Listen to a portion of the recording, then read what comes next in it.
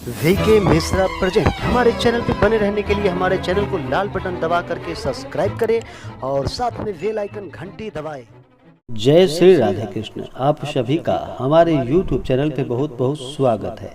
यूं ही ज्ञानवर्धक जानकारियाँ प्राप्त करने के लिए हमारे इस चैनल को लाल बटन दबा करके सब्सक्राइब करें, साथ में बेल आइकन घंटी दबाएं ताकि मेरे वीडियो का नोटिफिकेशन आपके पास सबसे पहले पहुंचे। आइए आज सुनते हैं गुरुवार के दिन भगवान बृहस्पति की कथा। जो भी भक्त सच्ची श्रद्धा के साथ भगवान बृहस्पति का व्रत करते हैं, गुरुवार का व्रत करते हैं, भगवान बृहस्पति की कृपा से उन्हें हर प्रकार के सुख और समृद्धि की प्राप्ति होती है।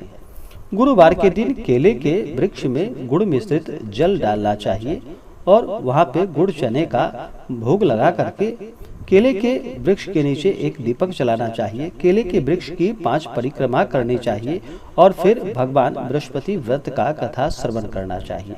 इससे अनंत गुना पुण्य फलों की प्राप्ति होती है। तो आइए सुनते हैं भगवान बृहस्पति व्रत की कथा।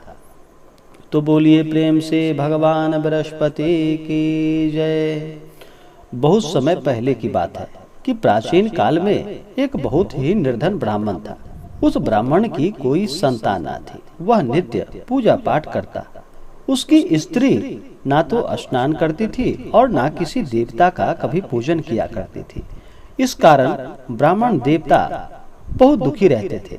अपनी पत्नी को बहुत बार समझाया, लेकिन उनकी पत्नी मानने वाली नहीं थी। भगवान की कृपा से ब्राह्मण के यहाँ एक कन्या का जन्म हुआ। कन्या बड़ी होने लगी। प्रातः स्नान करके वह भगवान विष्णु का जप किया करती थी। बृहस्पतिवार का व्रत भी करने लगी। पूजा पाठ समाप्त कर पाठशाला जाती तो अपनी मुट्ठी में जौ भर के ले जाती और पाठशाला के मार्ग में डालती चली जाती। लौटते समय वही जौ स्वर्ण हो जाता और उसे बीनकर वह अपने घर ले आती थी। एक दिन वह बालिका सूप में उन सोने के जौ को फटककर साफ कर रही थी कि तभी उसकी माँ ने देख लिया और कहा कि हे बेटी, सोने के जौ को फटकने के लिए सोने का सूप भी तो होना चाहिए। दूसरे दिन गुरुवार था। कन्या ने व्रत रखा और भगवान बृहस्पति से सोने का सूप देने की प्रार्थना की और कहा कि हे प्रभु, यदि सच्चे मन से मैंने आपकी पूजा की हो तो मुझे सोने का सूप दे दो। बृहस्पति देव ने उसकी प्रार्थना स्वीकार कर ली। रोजाना की तरह वह कन्या जौ फैलाती हुई पाठशाला चली गई। पाठशाला से लौटकर जब वह जौ बिन रही थी तो बृहस्पति देव की कृपा से उसे एक सोने का सूप मिला। उसे वह घर ले आई और उससे जौ को साफ करने लगी, परंतु उसकी माँ का वही ढंग रहा। एक दिन की बात है। कन्या सोने के सूप में जब जौ को साफ कर रही थी, उस समय उस नगर का राजकुमार वहां से निकल रहा था। कन्या के रूप और कार्य को देखकर वह उस पर मोहित हो गया। राजमहल आकर वह भोजन तथा जल त्याग कर उदास होकर लेट गया। राजा को जब राजकुमार द्वारा अन्न और जल त्यागने का समाचार ज्ञात हुआ तो अपने मंत्रियों के साथ वह अपने पुत्र के पास गया और पूछा कि हे बेटा, तुम्हें किस बात का कष्ट है? किसी ने तुम्हारा अपमान तो नहीं किया अथवा कोई और कारण है? मुझे बताओ, मैं वही कार्य करूंगा जिससे कि तुम्हें प्रसन्नता प्राप्त हो। अपने पिता की बात को सुनकर राजकुमार बोला कि हे पिताश्री, मुझे किसी बात का कोई दुख नहीं है।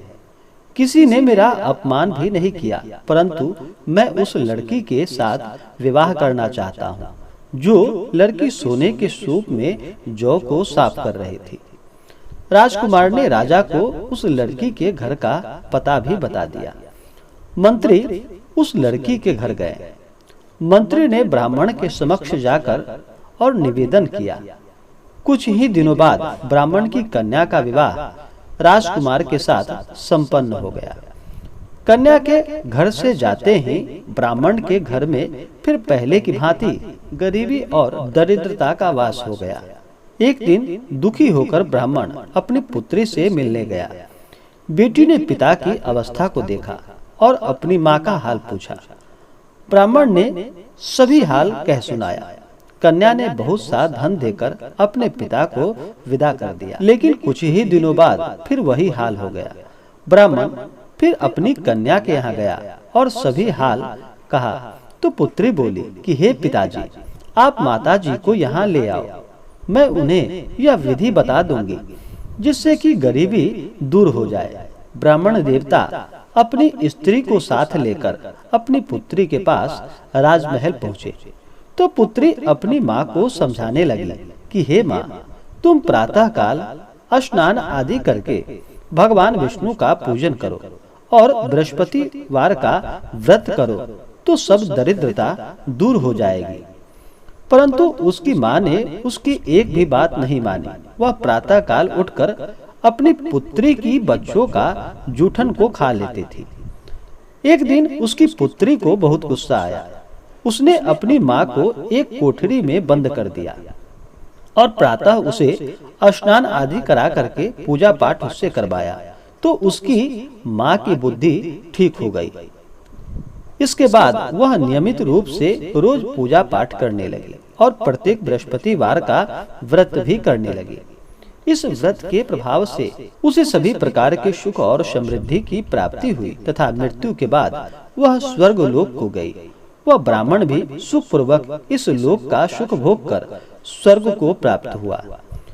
भगवान बृहस्पति देव सभी मनोकामनाएं पूर्ण करने वाले हैं। जो सद्भावना पूर्वक बृहस्पतिवार का व्रत करता है एवं कथा सुनता है या कथा पढ़ता है और दूसरों को सुनाता भी है, भगवान बृहस्पति देव उसकी सभी मनोकामनाओं को पूर्ण करते हैं, उनकी सदैव रक्षा करते हैं। जो संसार में सद्भावना से गुरुदेव का पूजन एवं व्रत सच्चे हृदय से करते हैं, उनकी सभी मनोकामनाएं वैसे ही पूर्ण होती है जैसी सच्ची भावना से रानी और राजा ने बृहस्पति देव की कथा का गुणगान किया तो उनकी सभी इच्छाएं भगवान बृहस्पति देव जी ने पूर्ण की। इसलिए सबको कथा सुनने के बाद प्रसाद लेकर अवश्य जाना चाहिए। हृदय से उनका मनन करते हुए जयकारा बोलते हुए अपने अपने घर जाना चाहिए। हे भगवान बृहस्पति, आप ऐसे ही अपने भक्तों पर अपना सदा कृपा सदैव बनाए रखना, उनकी सभी इच्छाओं को पूर्ण करना। तो बोलिए प्रेम से भगवान बृहस्पति की जय। बृहस्पतिवार का व्रत करने वाले को बृहस्पतिवार के दिन सुबह ब्रह्म मुहूर्त में उठ करके अपने सभी नित्य क्रियाओं से निवृत्त हो करके गंगा नदी में या घर के जल में ही थोड़ा सा गंगा जल मिला करके स्नान करना चाहिए।